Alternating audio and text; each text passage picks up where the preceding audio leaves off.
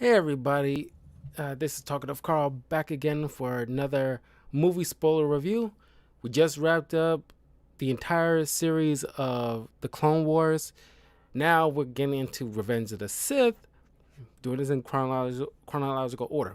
After this, I'll be watching Bad Batch and uh, a second time, and then I'll be watching Solo movie for the first time because I never even watched it at all. So this me being the first time actually viewing it, and people said it was okay, so I'll see for myself. Uh, so anyway, we kick things off with Obi-Wan and Anakin rescuing Palpatine from Dooku's clutches. Now, uh, uh, Dooku, Obi-Wan, and Anakin finally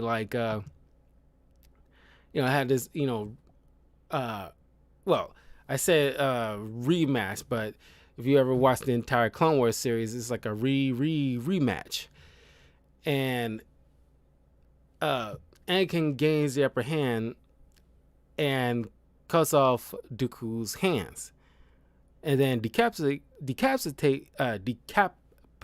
him, much to Palpatine's urging. I don't know who Palpatine is ultimately, but you know, you get the classic "do it," and it's, at this point he views like Dooku completely like because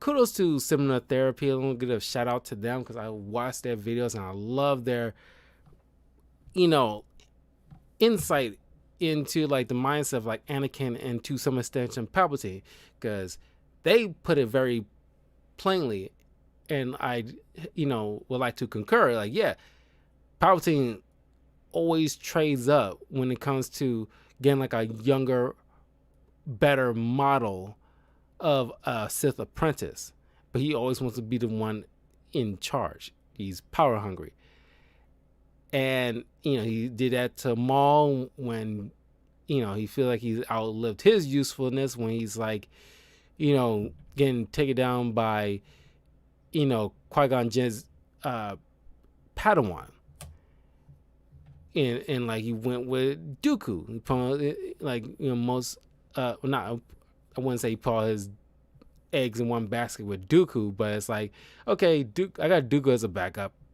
He'll serve his purpose for a while, and then as soon as like he's getting bested by Anakin, because since he saw like Anakin's like potential with like the Force, and as you see like in Phantom Menace, as I mentioned in my review of that, check that out.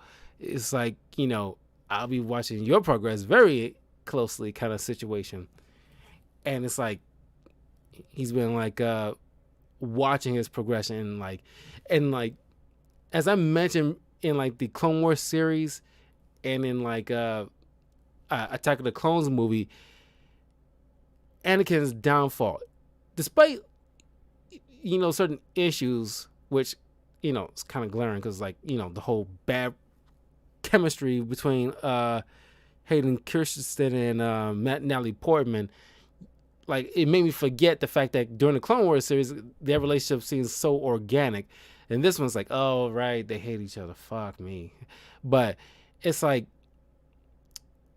uh, uh, throughout the Clone Wars series, I won't say the throughout, but it's just like every once in a while, it seems like the trust between like the Order and Anakin is just getting more and more fractured. And while that is happening, Palpatine is more and more grooming him and like not snake in his ear, like whispering and like manipulating and feeding his ego.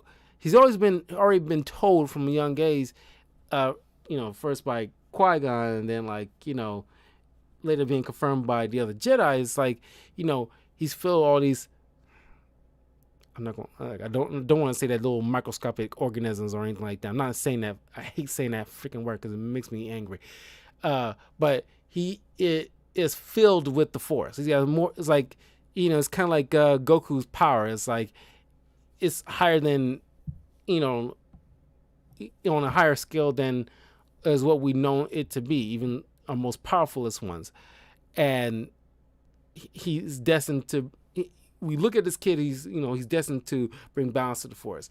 And you hearing this growing up, and he's being groomed by, or at least trained by Obi-Wan, who was still roughly a Padawan and hasn't gone through like the Jedi trials typically to become a mature master, because he's treated Anakin like an annoying little brother, and the fact that he's nagging him or he's not giving him like support and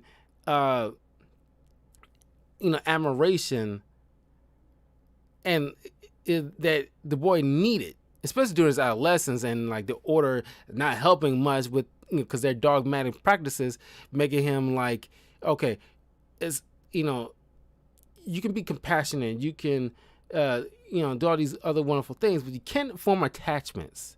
That's why they had relationship between him and Padme had to be kept secret, which eventually they find out like she's pregnant with twins, Luke and Leia, and it's like all that is just like Palpatine just like just stirring the pot and make him putting him in a position to push these guys away, and it's not always all the way on Palpatine. It's just like I said, similar therapy really hit the nail on the head, that because unfortunately Lucas, who should have gotten other writers and or other directors to fulfill his vision, because he did not do such a great job at this, but I give it to him with this.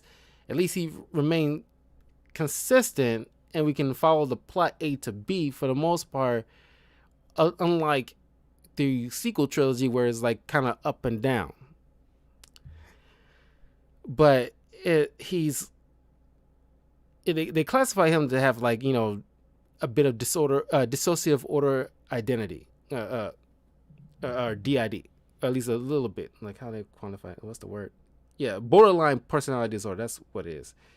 And it's like mostly like with the mood swings, and like I know we always joked about him being whiny and everything like that, but it's just like if handled with a better writer, that could have played a whole lot better, because like I get the point. It's like despite the whininess of it, he's not getting the support where where you feel like he needed from. He wants to be, as Palpatine puts it, it's like I forgot the word, but pretty much he has like a bigger destiny. He has bigger admirations, and coming from like from slavery, and then like being, I want to say ripped away from his mother, but it's like he had to leave his mother to go join this Jedi Order, and for years, and then all of a sudden find out that because again these like nightmares, his mother's in distress, and it's like if the Jedi Order had like the kind of teachings Luke will eventually start later in his life, he could have like, because they tried, because the same, we'll probably get to this in like when we get to Empire reviewing that, it's just Yoda and Obi-Wan still in that mindset that they should have known by that point does not work. You guys failed because of these kind of teachings that you are so like stagnant in, that cause you to lose your best tool against best tool at the hands of the dark side. And it's like Luke goes, his friends are in trouble, he wants to go help, he has the power, and it's like he can't just sit back and do nothing. And that's what they expect him to do, and they expect him to kill Vader and let your friends die, but that's because your attachments will be the problem. No, the attachment is not the problem. That's the at least one of the couple of things that the dark side had that isn't so bad, because they are about a passion, but they take it too far with with rage and manipulation, controlling, and it's like leads too far that way. But just a little bit on both. He supposed to bring balance to the force, light side and the dark side. You need a bit of both, the yin and yang. That's why you see the yin and yang syndrome has a little bit of darkness in the light and a little bit of light in the darkness, because you need that balance, because you can't have all this light without just a little bit of chaos in you, because that helps with like informing your the way you view things, and seeing the gray in it all. It's not so black and white. And because of that, unlike Luke, Anakin's like, okay, I have to listen to these guys, but that just kind of slowly pushes him into Palpatine's hands, because he manipulates that. And at this point they're weary on, like, because Palpatine wants Anakin to be sit on the Jedi Council as his representative, which doesn't sit well with the Order, because you're interfering with our business. And this because in the last couple of seasons of Clone Wars, you see that doubt about Palpatine's decisions and carrying on with the war and then carrying on his reign as a senator long past he's sort of been out of office. Of course, that's because of his manipulation of the Senate throughout this whole entire time, this whole war. He's been manipulating both sides. So this really, sticks in Obi-Wan, Anakin's craw, because and it's you see, this is the one thing I probably see as a little bit of as there's a little bit of not hypocrisy, but it's kind of should have been done better when they was doing these TV series, is that because in Revenge of the Sith you got for example them not making it seem like they don't trust, because even in the series there's been moments where they feel because I mentioned it throughout my reviews in each season, they little by little feel they're not trusting Anakin with certain secrets and stuff like that, which pisses him off, thinking I doing all this stuff, I'm I'm saving the day, I'm doing all these right things, I'm following your leads, and I'm not getting because I feel Anakin in a lot of ways, because I think we all been there, where it's I remember there's been times, me personally, just a little bit personal here with you, when it comes to even to a certain extent to this day, but especially with my childhood, where I felt childhood, even in my 20s, it's my former stepmother, and my father. It's they seem like they don't they don't talking in I'm a full grown adult, and I should be talked to as such, hey,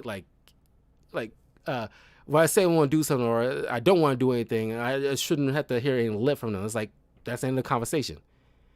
But it's they kind of or at least belittle here and there in certain ways that he especially talk to me, and he doesn't support or at least back me up when knowing that she's wrong. And it's like, I gotta remain silent just to let her talk. Just gonna let her talk it out.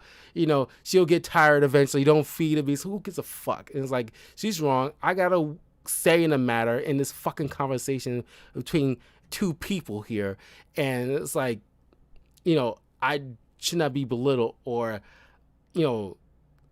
looked down upon, or is the lack of respect and admiration, or at least my viewpoints don't seem like like I want to do certain things, and she seems like it's wrong because she don't have the confidence in me to like handle certain things or like trust my ideas, because it's like she want me to do this thing. It's like, I don't want to do it your thing, or you want me to do this, and it's like, I'm not doing that. Why would I do that when I got other plans in my life that I want to do, and then I get backsass about that kind of thing.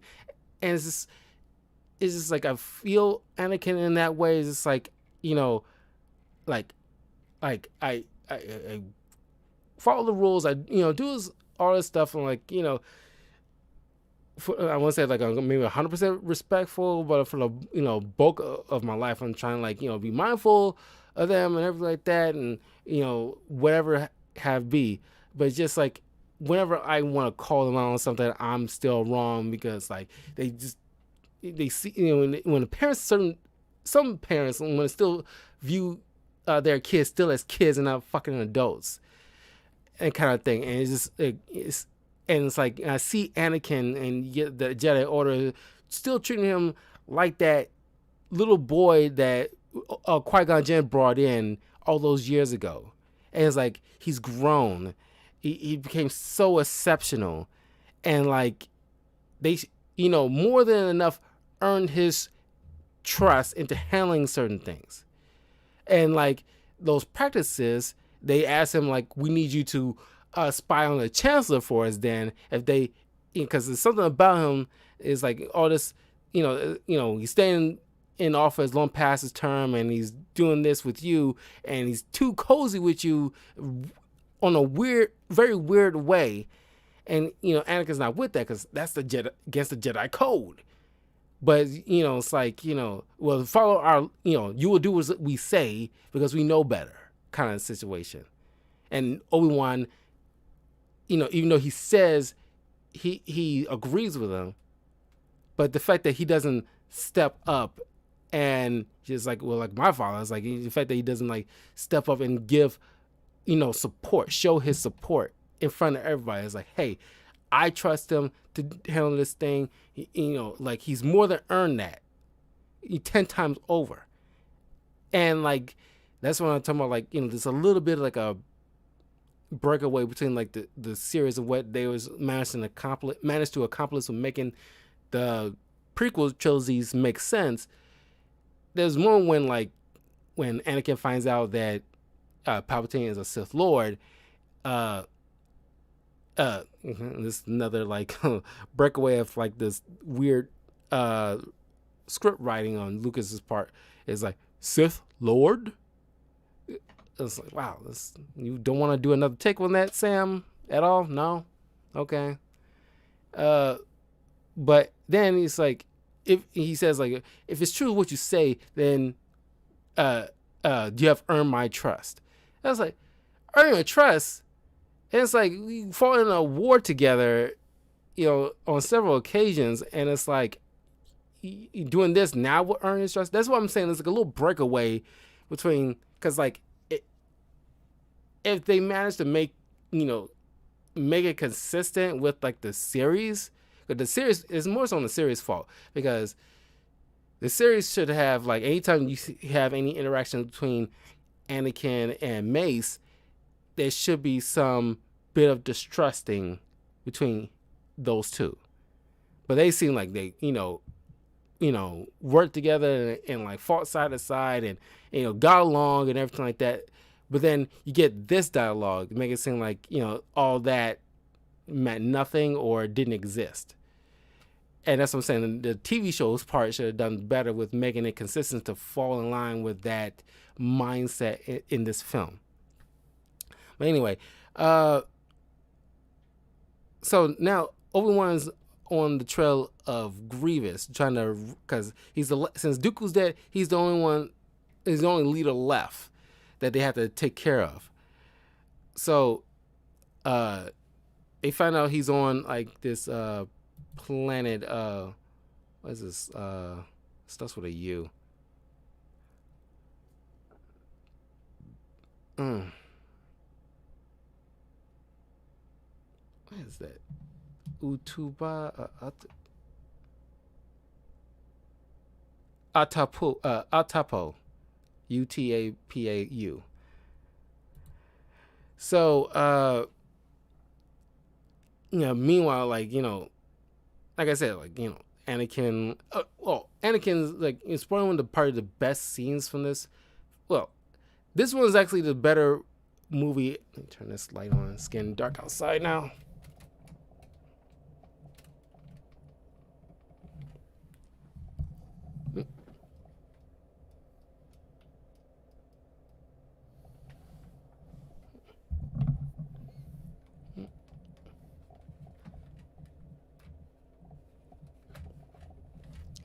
One second.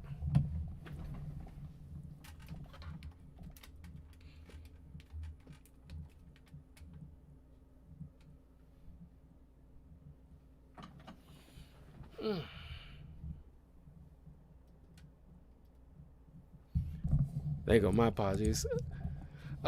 Anyway, this is the better movie out of the entire prequel trilogy, and like, aside from the Mustafar scene, the scene where like just Anakin sitting, next to Palpatine in this opera,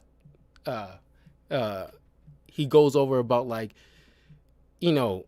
what the dark side can do as far as like he talks about like Dark Plagueis, or Dark Plagueis the Wise, who used the dark side in order to, became such a master of the dark side to where he used it to save people from death. And of course his apprentice ended up killing him in his sleep, which I believe in the way he's making it sound like it's always been in my mind is like, oh, that was Palpatine who killed, because he was the apprentice of Plagueis. But I don't think he was just BSing Anakin when he said, he knows a bit about what he was taught by Plagueis about, keep saving people from dying, because like Anakin, he already lost his mom and he's worrying about losing Padme with all these nightmares. And it's like, I didn't listen to my nightmares when it came to my mother, and I wasn't there to save her. And I'm not letting it happen again with my wife and my children. And that informs with like Anakin's like abandonment issues, because he hates losing people. And imagine throughout this entire Clone Wars, he lost a lot of comrades. So stack that up along with what's going on with the movie so far, and it's like that comes to a head with him. And it's like, I'm not losing my wife and children. That's where I fucking draw the fucking line. And I will do anything, even make deals with the devil in order to save the person I love. And that's exactly what happens. And it's like I'm reminded about what we saw in was it Last Jedi, or I'm pretty sure it was like Rise of Skywalker, where you see like Rey using the Force, or even like Grogu, where you see Rey using the Force to mend this this alien creature, and you see Grogu using the Force to mend one of Mando's friends. And it's like, when it comes, and that just seems like a lower level version of saving people from death. And I think like, yeah, you kind of did that with Rey. well, with Kylo Ren with Rey in Rise of Skywalker. So in the end, he was right, but you didn't need to go to the dark side in order to do that. You just need to just practice, and the Jedi Order need to be a little bit more fluent, or at least flexible in their practicing, because that can easily have been doable. But all that kind of went tits up for them, at least until you get to Rey and Grogu. But that scene is great, and it's kind of forms this early onset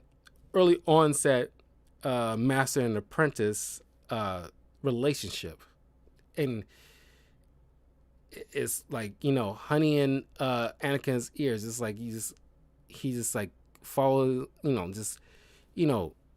follows his every word, and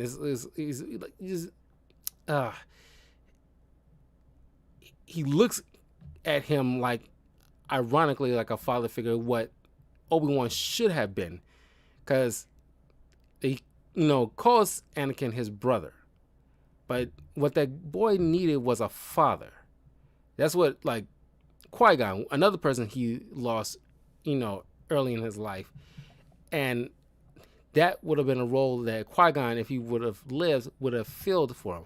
He wouldn't have been the brother role to Anakin. He would have been the father role, and fathers typically would have, I mean, let brothers too, will love the person that they are taking care of, but also draw the line or show them boundaries and everything like that.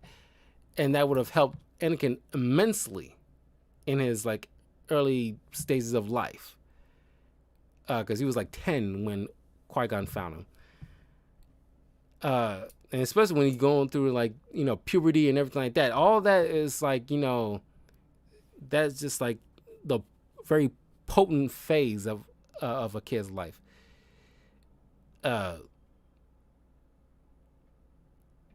So Obi-Wan eventually finds Grievous and takes care of him, and ends that's the end of Grievous. But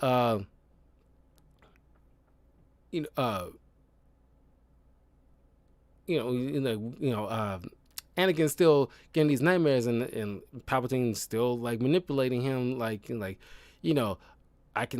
save her, just come to me to the dark side. It's we have the methods to save your wife.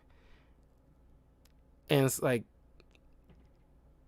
we all have that person. It's that person that we just, hate to lose. And it's if you're in Anakin's situation, it's hard to say how many of us would stay true to ourselves and not get manipulated like that. We all like to think so, but it's it always depends on the situation.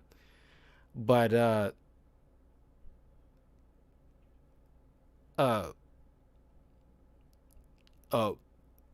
Mace Windu and a few other Jedi Masters to go, confront Palpatine.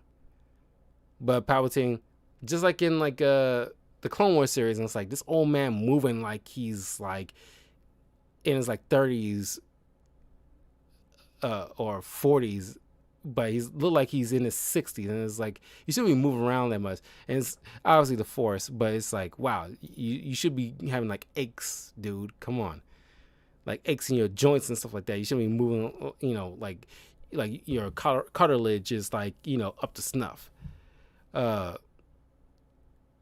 So it's down to he cuts through the other masters. So it's you should have brought other, a bunch of other, or at least waited for Yoda and Obi-Wan to get back or something like that before you start confronting him, because you can get more an army on your side. Because as good as Sidious is, that's having Yoda, Mace, Obi-Wan, and Anakin, and a bunch of other Force widows. Is he won't be able to handle all those. And it's like he's about as at this stage of the game about as good as Yoda is, because they end up dueling it out themselves to a stalemate. So with and Mace Windu pretty much get the upper hand on him. So it's like because much younger than both of those guys, even though he's older by comparison to Obi-Wan, he's still like young enough by comparison to Sidious and Yoda. And like with Obi-Wan, Yoda, and Mace, all three of those guys up against Sidious, no contest. Sidious will be cut down fairly easily. So Anakin, comes in and like with like that final push, he loses it, cuts off because he wants to save Padme, and in order the way to do that is save the life of this fucking monster. So he cuts off, Mace Windu's hand. He gets electric shock and gets tossed out the window, and he gets dubbed as Darth Vader. And it's like, it's a great scene, and like Hayden Christensen plays this. I think this is probably like the best part compared to like Attack of the Clones. This one, he gets a better shot, and I'm pretty sure in the Obi-Wan series we get to see a better version than this. But by comparison, Revenge of the Sith is the best performance of Hayden Christensen in the Star Wars series, because you see him on his knees, and it's like, you see on his face, like the fact that he got even before he attacks Windu, it's like from that point up to the point when he's on his knees, and it's like the fact that he just had to wrestle the fact that, oh my God, I had to make a decision, and like hopefully I made the right decision, but I need to save my wife. I love her. We have children. They're the most important thing in the world to me above all else. And it's like in the face he's making, it's like, oh my God, what did I just do? And it's just like a crime of passion kind of situation. Like you see in like, Law and Order, or like a movie or something like that, like a really well told stuff.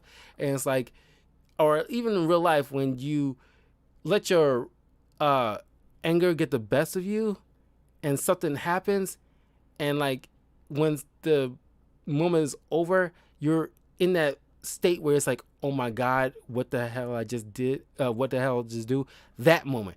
And that is, speaking vibes for me when it comes to Anakin at this point in time. And I'm just like applauding that moment. It's like, that like, and it's like, okay, I'm just in it now. And I'm all in it at this point. And there's no turning back. So he's at this point calling him Sidious master now. And it's like, just save her. It's like, I did the deed now, and I'm all in it now. So at least I can do to make this all worth anything is saving my wife, and damn the consequences. And so he's charged to go to the Jedi Temple, kill, all the Jedi that's there, including the younglings, which is the most monstrous thing anybody can even do, is like just slaughter a bunch of children. And then right after he does that, he goes see his wife to tell her about like, oh, the Jedi is, is turning against the Republic, and like Chancellor Palpatine needs me. So he goes to Mustafar to take care of, the rest of the Separatists, to completely assassinate them. Just, Palpatine is doing like a complete what's the word? Like, he's a clean slate to build this empire, and he doesn't want any like the stuff that's going on in the past, because eventually it could be like we've seen like in like Rebels and Bad Batch. It's like no more clones, gonna have regular people dealing with the Separatists. No more of that crap. All the Jedi, no enemies that potentially rise up against me, as well as no more Mandalorians. We're completely clean slate where I am the sole ruler and everybody's working under me, and no opposition in any shape or form. Even set up like situations where any stragglers of Jedis can be pull them into traps where they can just be annihilated right off the bat, or turn into inquisitors, that kind of thing. So completely clean slate where my reign is law. And so all the Order 66 is implemented. Like, you see a bunch of, you see Plo Koon, and all the, a bunch of Jedis you see from the series getting like mowed down, and like even to this day, it's like how, even though it's like PG-13, just graphic as they could take it, it's still kind of like, well, maybe not graphic, but just like sorrowful and haunting. The fact that all these Jedis unsuspectingly just being, it's like, you hanging out with your friends, and then, all of a sudden, they're behind you with guns, and they turn around and start mowing you down. And it's like, just like all systematic. It's just like, it's heartbreaking. It's just like, it's just gonna turn, just like, what the hell just going on kind of situation. And there's nothing you can do about it, because you didn't expect that coming. No one would ever expect that to come. Like somebody systematically taking down every member of your family, and it's like your closest friends. Like each one, like everybody in your immediate family's closest friends, like your auntie hanging out with her friends, you hanging out with your friends, your uncle's hanging out with your friends, your father's hanging out with his friends, and all of a sudden, they're just like, they're behind your back, and then they got guns, and they just mowing each one of y'all down. That is just like a horrific thing. And of course, Obi-Wan makes it out, and of course, like, Yoda makes it out, and you get to see like Chewbacca, as well as like this other Wookiee that you see in Jedi Fallen Order. I didn't even realize Jedi Fallen Order reused a character from Revenge of the Sith. I did not even know that. I forgot his doggone name, but I was like, oh, Jedi Fallen Order.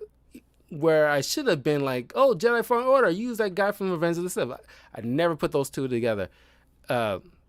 Revisiting this, like, everything's starting to like click in certain areas. Like, oh, that's from the thing. Like, I should have been more pay attention to this and then the other. Oh, okay, I get it. It's all connecting. So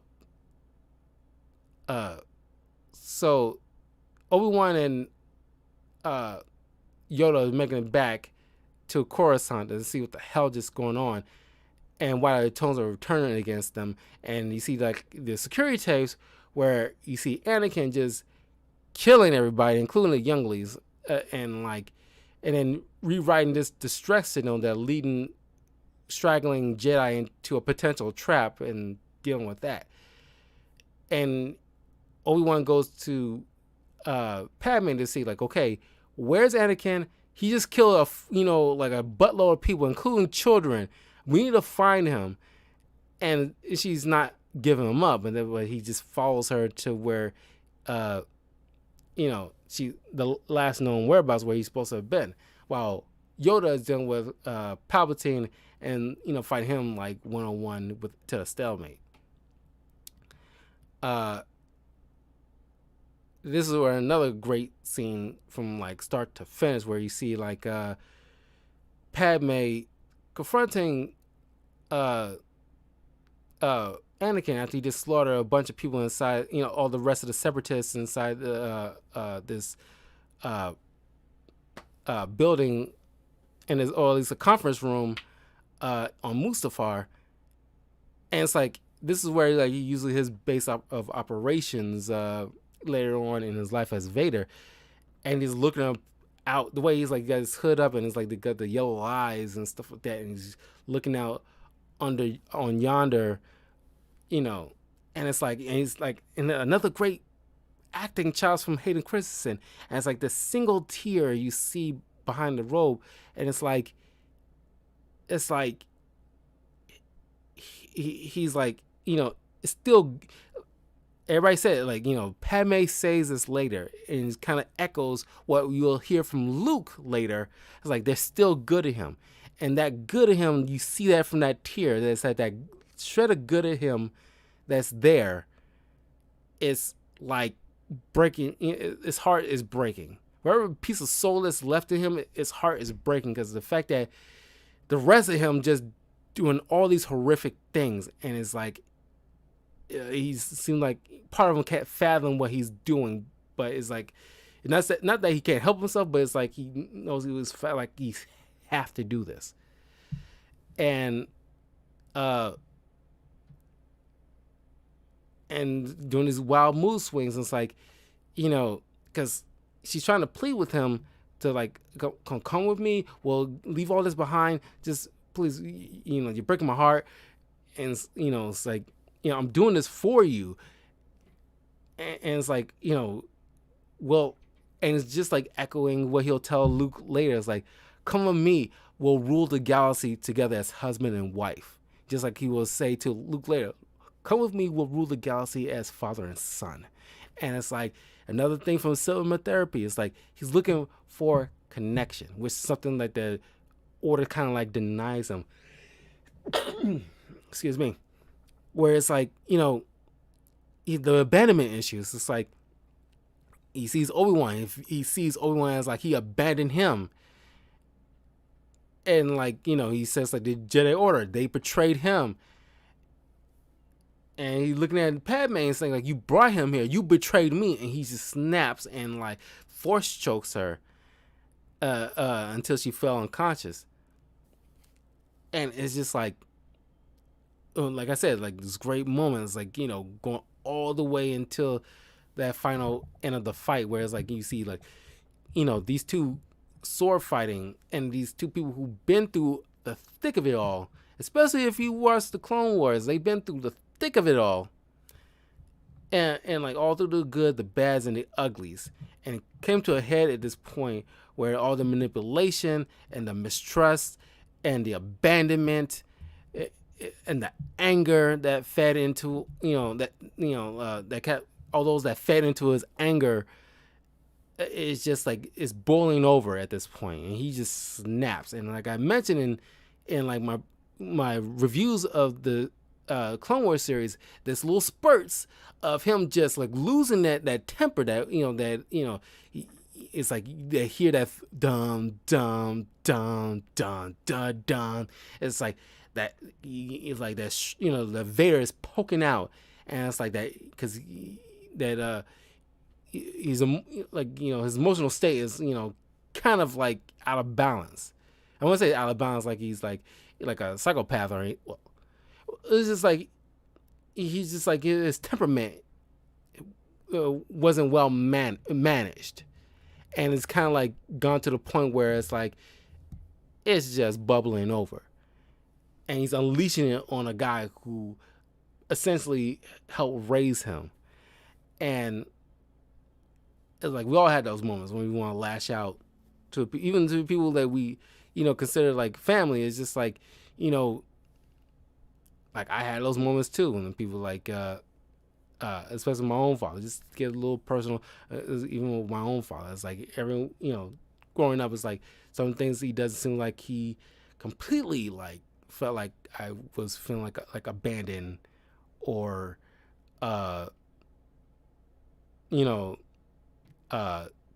just no support, at least as far as like emotionally supportive. And it's like there's moments was like felt like just lashing out kind of thing, but it's just I gone to the point where it's like I had like decent emotional support networks that kind of informed my conscience and empathy to keep me from crossing that particular line. And that's what Anakin kind of feel like he lacked, that proper support network, because especially coming from the Jedi Order. This is why Ahsoka left, because she saw it's kind of like removing like a toxic person from your life. And what essentially Ahsoka did is cutting all ties with anything that seems like it's going to be toxic to her, because it's not. What it's supposed to be is the good guys, and they're kind of losing sight of what they supposed to meant to be as a unit. And Anakin, who probably should have done that, but he's like, it's all he's known, and it gives him purpose. And like that's what Palpatine ended up feeding into, like his ego and like his sense of want to belong. So all that fight came to a head. Decent, like pretty good lines, very memorable lines. Even though at the time probably would have played as kind of corny, but it's like now it became like one of the most famous lines in Star Wars. Is the fact that it's over, Anakin. I have the high ground. You underestimate my power. Don't do it. And then like he tries to jump over Obi-Wan, but he slashes the boy's legs and his arm, his good arm, and leave him for dead, on the banks of Mustafar, as like he's getting like covered in like flames. And it's like, this was that same little 10-year-old boy that Qui-Gon found in the desert, now as an adult on Mustafar, dismembered, or at least amputated, as I say, and left to be caught on fire. And it's like once again, powerful acting from Hayden Christensen and Ewan McGregor. Like it's like, you're my brother, Anakin. You're supposed to bring balance to the Force. You're supposed to defeat the dark side, not join them. And you hear that Anakin's like, I hate you.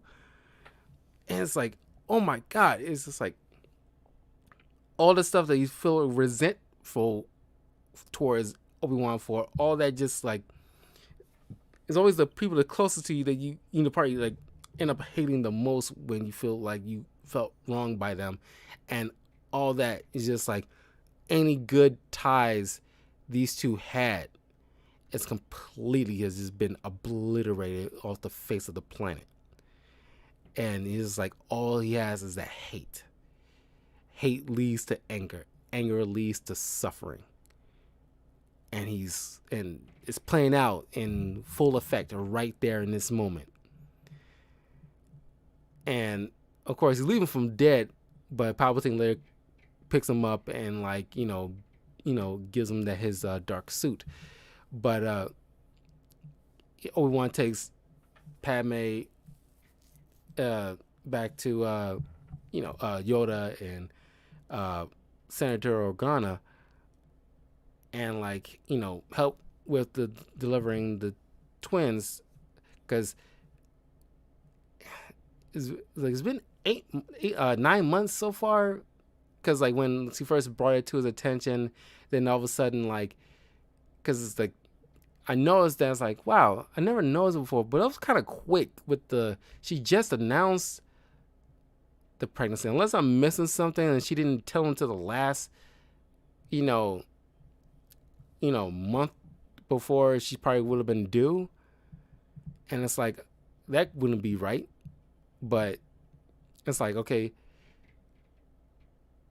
it has to be some kind of time gap that we're missing here, because it's like she delivered those babies pretty fast, and she has like a bump and everything like that.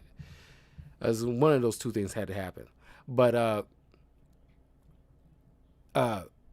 she delivers the baby, and she lost her will to live, which is like a terrible. I remember it was a terrible line, but I remember a funny thing from Robot Chicken when they making fun of this scene, where it's like Seth MacFarlane voicing this, like, the little black ball character that Darth Vader used against Leia. Little he realized that was his daughter that he was about to torture, and Robot Chicken used him called him like Dr. Ball, and you hear him like talking about like, oh, she's lost her will to live. Oh, please don't use this billions of dollars of medical equipment around us. Let's get on our knees and pray. I was like, that cracked me up. I was like, oh my God, that's freaking hilarious. Because yeah, it's true. You're in the future. You got all this billions of dollars of medical equipment and so super advanced, and it's like you can't keep a person who's like delivering babies, keep them from dying at this stage in the future? No, you can't really. Uh, but she says to Obi-Wan's like, they're still good at him. That line, and it's like, yeah, that's the same thing that's gonna be echoing from Luke down the line. They're still good at him. Like, I sense it in you, kind of situation. And so they decide to like go into exile because like they lack the resources or the manpower, and they just been decimated in swift, decisive action. So they go to exile. They split the babies up to keep the Sith from finding them. So Organa takes the girl, and Obi-Wan takes the boy to Owen and Beru to look after, while he's on, not too far away, but looking out for the boy like a guardian angel kind of situation. And the movie ends on like the most dour circumstances. Now, of course, it's usually led into like New Hope, but there's more stuff in between that we're going through that kind of informs everything else, like like Rogue One and like Solo, and then Bad Batch and stuff like that. So yeah, that is Revenge of the Sith. Whew. Man, and I just wrapped up Clone Wars, so it's like all that is just like all together just in this one big narrative, and it's like, man, this is like, whew, it's a lot to take in, and it's very like a sour taste, kind of bittersweet, because it's like, yes, it's ended bitter, but it's like soon there is a new hope on the horizon. I'm just dreading rewatching Last Jedi and Rise of Skywalker. And I will give my thoughts once we get to that point, but it's never a happy note with me. But anyway, leave a comment below. Let me know what you thought about Star Wars Revenge of the Sith. Have you rewatched it recently? Have any of you rewatching all this Star Wars stuff to prepare yourself for the Obi-Wan series at the end of May? Because that's the goal here. I'm trying to get all through the Star Wars canonized stuff, including like Mandalorian and Book of Boba Fett, before the Obi-Wan series comes out, because I want to get it all done in complete canonized versions on the channel. So anyway, I will see you guys in a couple of days, possibly Thursday, where I will be reviewing the Bad Batch Season 1 and the Solo movie. So anyway, I will see you guys soon.